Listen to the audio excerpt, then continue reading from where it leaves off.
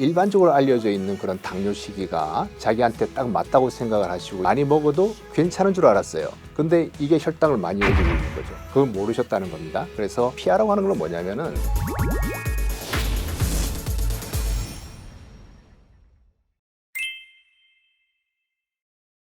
당뇨병은 혈당이 높은 병입니다.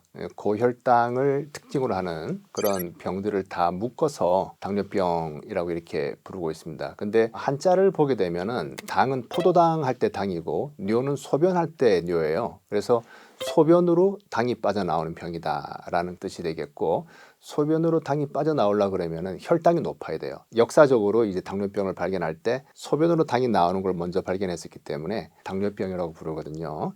그 병의 이름에 끝에 병으로 끝나면 그 안에 뭐가 많이 들어있다는 거예요. 심장병, 그럼 이제 그 안에 심장 판막증도 있고 관상동맥 질환도 있고 심부전도 있고 이런 거거든요. 당뇨병으로 했기 때문에 그 안에는 굉장히 다양한 병이 있다라는 것을 알 수가 있고요. 저희가 당뇨병이 있고 정상이 있고 그렇게 두 개로 완벽하게 구분하지는 못해요. 그래서 그 중간에 완충지대를 뒀는데 이게 당뇨병 전 단계라고 저희가 부르고 있고요. 당뇨병 전 단계에 해당되는 분들은 두 가지 함의가 있습니다. 첫 번째는 당뇨병으로 발전할 수가 있겠구나 하는 것이고, 둘째는 이분들이 고혈당뿐만 아니라 혈압도 높고 고지혈증도 있고 복부 비만도 있고 이럴 가능성이 많이 있어요. 이걸 우리가 대사증후군이라고 부르는데, 이런 경우는 심혈관 질환이 생길 가능성이 많이 있습니다. 그래서 당뇨병 전 단계에 있는 분들은 당뇨병의 위험과 심혈관 질환의 위험이 같이 있다. 이 점이 중요하겠고요. 진단은 어떻게 하느냐 하는 부분인데, 혈액 검사를 통해서 쉽게 할 수가 있습니다. 공복혈당이 70부터 99까지는 정상 공복혈당, 100부터 125까지가 당뇨병 전 단계, 126 이상을 당뇨병이라고 부르고요. 그 다음에 당화혈색소라고 그래서 당뇨병이 있는 분들은 흔히 들어보셨을 검사인데, 이게 6.5% 이상이면 당뇨병이고요. 5.7% 미만, 즉 5.6%부터 정상이에요. 그럼 그 사이에 5.7부터 6.4%에 해당되게 되면은 당뇨병 전 단계라고 부릅니다. 공복혈당과 당화혈색소로 우리가 당뇨병 전 단계, 그리고 정상을 진단할 수가 있습니다.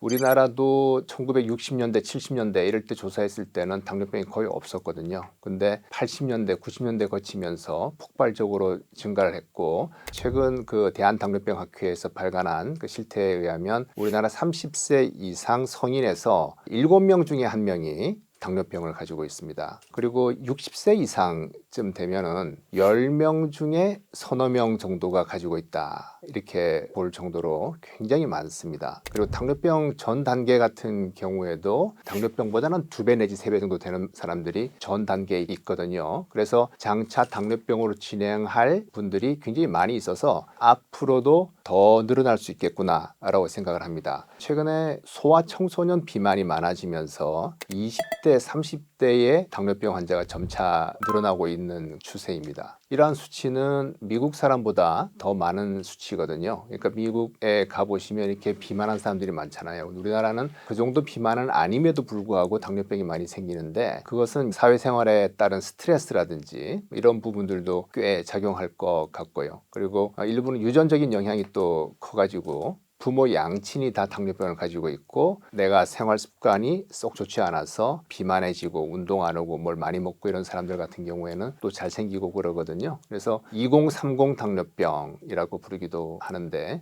그런 당뇨병들도 많이 늘어나고 있습니다. 당뇨병은 그 말 자체가 소변으로 당이 빠져나오는 병이라고 말씀드렸고, 그렇게 빠져나오려고 그러면 혈당이 높아야 된다라고 말씀드렸죠. 그래서 소변으로 포도당이 빠져나가고 물이 많이 빠져나가고 하기 때문에 소변을 많이 보고 목이 마르면서 물을 많이 먹게 되고 음식을 또 많이 먹게 되는 이런 부분들이 생깁니다. 그래서 다뇨, 다음, 다식이라고 하는 3다증이 생기고, 그 다음에 에너지가 많이 빠져나가고 하기 때문에 체중이 빠지게 되는 일이 생기게 되죠. 우리 체중 감소와 3다증이 가장 대표적인 그런 증상이고요. 그 외에도 이제 상처가 잘 낫지 않는다, 뭐 살짝 다쳤는데 피부에 색소가 침착돼 가지고 잘 빠지지 않는다, 뭐 그런 것도 있고, 눈이 침침하다, 뭐 이런 등등 아주 좀 비특이적인 그런 증상들도 많이 생길 수가 있습니다. 그런데 이거는 굉장히 혈당이 많이 높을 때 생기는 그런 증상들이에요. 그래서 가장 흔한 증상은 무증상입니다. 무증상인데 건강검진을 받았을 때에 혈당이 높아서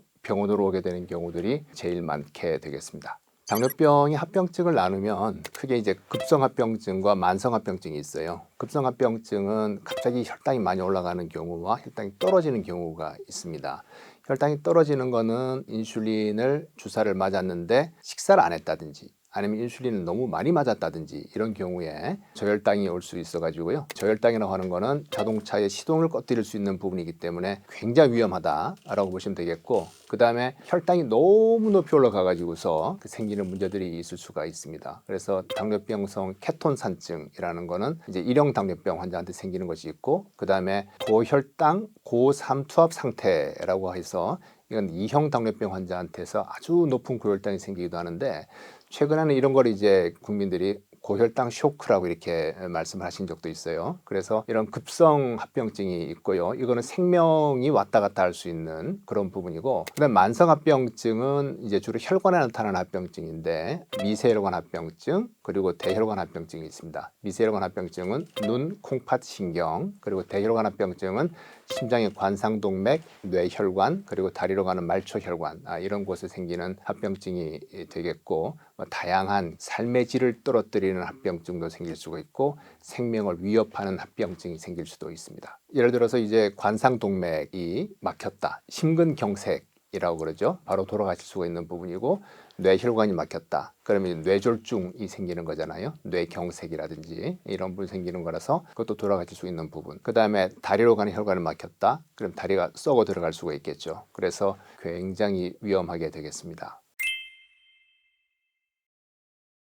탄수화물은 굉장히 좋은 음식입니다. 탄수화물을 통해서 식이섬유도 섭취할 수가 있고 미네랄, 비타민 등등 굉장히 다양한 영양소를 섭취할 수 있거든요. 그런데 피하라고 하는 건 뭐냐면은 단순당을 좀 피했으면 좋겠다라고 하는 것이고, 그 다음에 정제된 곡물을 피했으면 좋겠다, 이런 말씀을 드리는 거거든요. 그래서 탄수화물이 무조건 나쁘다, 이것은 틀린 말이 되겠습니다. 통밀로 된 빵이라든지 현미라든지 콩류라든지 섬유질이 많은 고구마라든지 감자도 알이 작고 껍질째 먹을 수 있는 이런 정도는 나쁘진 않아요. 그 다음에 단백질은 근육의 재료가 되죠. 근데 단백질을 너무 제한하시게 되면은 오히려 근육을 만드는데 재료가 없어지는 문제가 생길 수가 있겠죠. 그렇기 때문에 단백질은 드셔야 된다. 근데 이제 양질의 단백질을 드시는 것이 좋겠다라고 보는 거는 다양한 필수 아미노산을 들이셔야 될 것이고, 기름기는 너무 많지 않으면 좋겠고, 뭐 이런 부분들이 있습니다. 그럼 단백질 나쁠 때는 어떻게 나쁘게 작용하냐면, 그 단백질을 드실 때 육류를 드신다는 생각하시게 되면 포화지방이 많이 들어오잖아요. 그렇죠? 그런 부분들은 나쁘게 작용할 가능성이 있다라고 하는 것이고, 그 다음에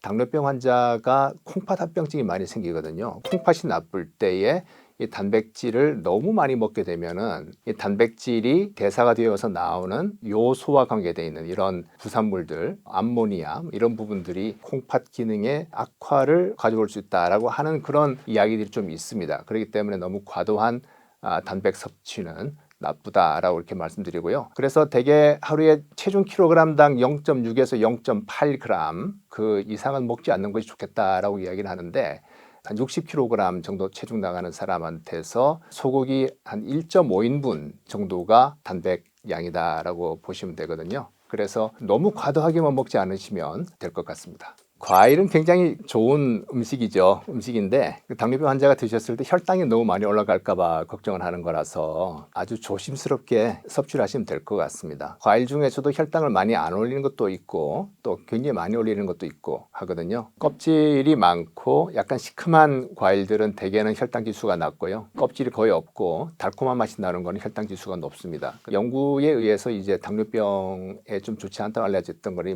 메론 같은 경우 안에 부드러운 부분 먹게 되는데 굉장히 달콤하고 하니까 혈당을 좀 많이 올린다라고 이렇게 되어 있고, 블루베리라든지 자두라든지 이런 부분들은 크게 나쁘지 않다라고 하는데, 이것도 보면 사람마다 차이는 큰 것 같아요. 그래서 꼭 한번 체크를 해주시면 좋을 것 같고, 주의해야 되는 부분은 이제 주스 형태로 드신다든지 말린 과일 형태로 드신다든지 그런 부분들은 주의가 필요합니다. 말린 과일은 이해가 잘 안 될 수가 있는데요. 우리가 감 같은 경우는 하나를 먹으면 배가 불러서 더 잘 못 먹게 되는데, 곶감으로 만들어 놓으면 한 두세 개 정도는 쉽게 먹을 수가 있죠. 그러나 우리가 섭취한 당분량은 감 하나에 들어있는 걸 다 드신 거기 때문에 곶감 3개를 드시면 감 3개를 드신 게 되는 거죠. 그리고 바나나 칩 드셔보셨나요? 혹시? 바나나 칩 같은 경우에는 덜 익은 바나나를 잘라서 튀깁니다. 그리고 당을 좀 코팅하기도 하고 이렇게 하거든요. 그래서 그런 형태로 만들어져 있는 거는 더욱더 많이 먹을 수 있고 칼로리가 더 증가되는 그런 특성이 있죠. 그래서 집에 혈당 측정기가 있으면은 과일을 먹고 뭐 한두 시간 있다가 혈당을 재보시고 너무 과도하게 올라간다. 그렇게 되면은 양을 조절해 주시는 게 좋을 것 같고 뭐 너무 이제 당이 많이 올라가는 거는 섭취를 피하시는 것도 방법이 되겠습니다.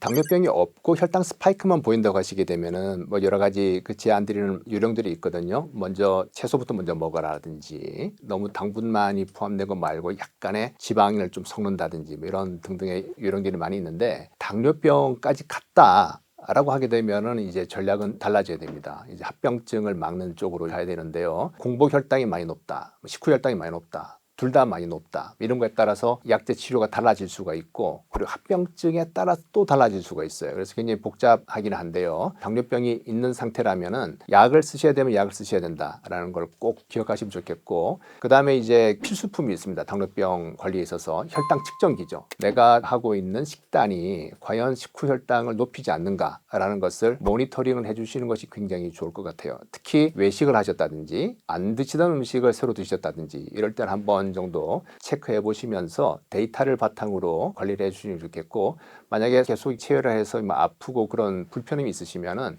어쩌다 한 번 정도는 연속 혈당 측정기를 착용을 하시고 혈당을 모니터링을 하시게 되면은 훨씬 더 수월하게 하실 수가 있죠. 최근에 이제 기술들이 많이 발달하고 저희가 임상 시험을 하면서 그 연속 혈당 측정기를 착용을 하고 식이요법을 이제 알려드려서 데이터 기반으로 관리를 했던 적이 있습니다. 그래서 혈당이 많이 올라가는 음식을 양을 줄이거나 피하도록 하는 방식이었는데 그걸 통해서 굉장히 많이 좋아지신 분이 계셨어요. 이분은 일반적으로 알려져 있는 그런 당뇨 시기가 자기한테 딱 맞다고 생각을 하시고 이제 실천을 해 오셨는데 그렇지 않았다는 거죠. 예를 들어서 현미밥을 많이 먹어도 괜찮은 줄 알았어요. 근데 이게 혈당을 많이 올리고 있는 거죠. 그리고 떡은 괜찮지 않아? 이렇게 생각하신 거죠. 근데 떡을 먹을 때마다 이제 크게 올라가니까 그걸 피할 수 있었다 하는 것이고 그 다음에 이제 당뇨 초기라는 거는 뭐냐면 아직은 그 우리 몸에서 인슐린을 낼 수 있는 여력이 남아 있다는 거거든요. 그래서 우리 몸을 좀 개조해서 인슐린이 많이 필요하지 않은 상태로 돌려볼 수가 있습니다. 과체중 혹은 비만한 경우에는 체중을 조절해 주시면 제일 좋거든요. 그래서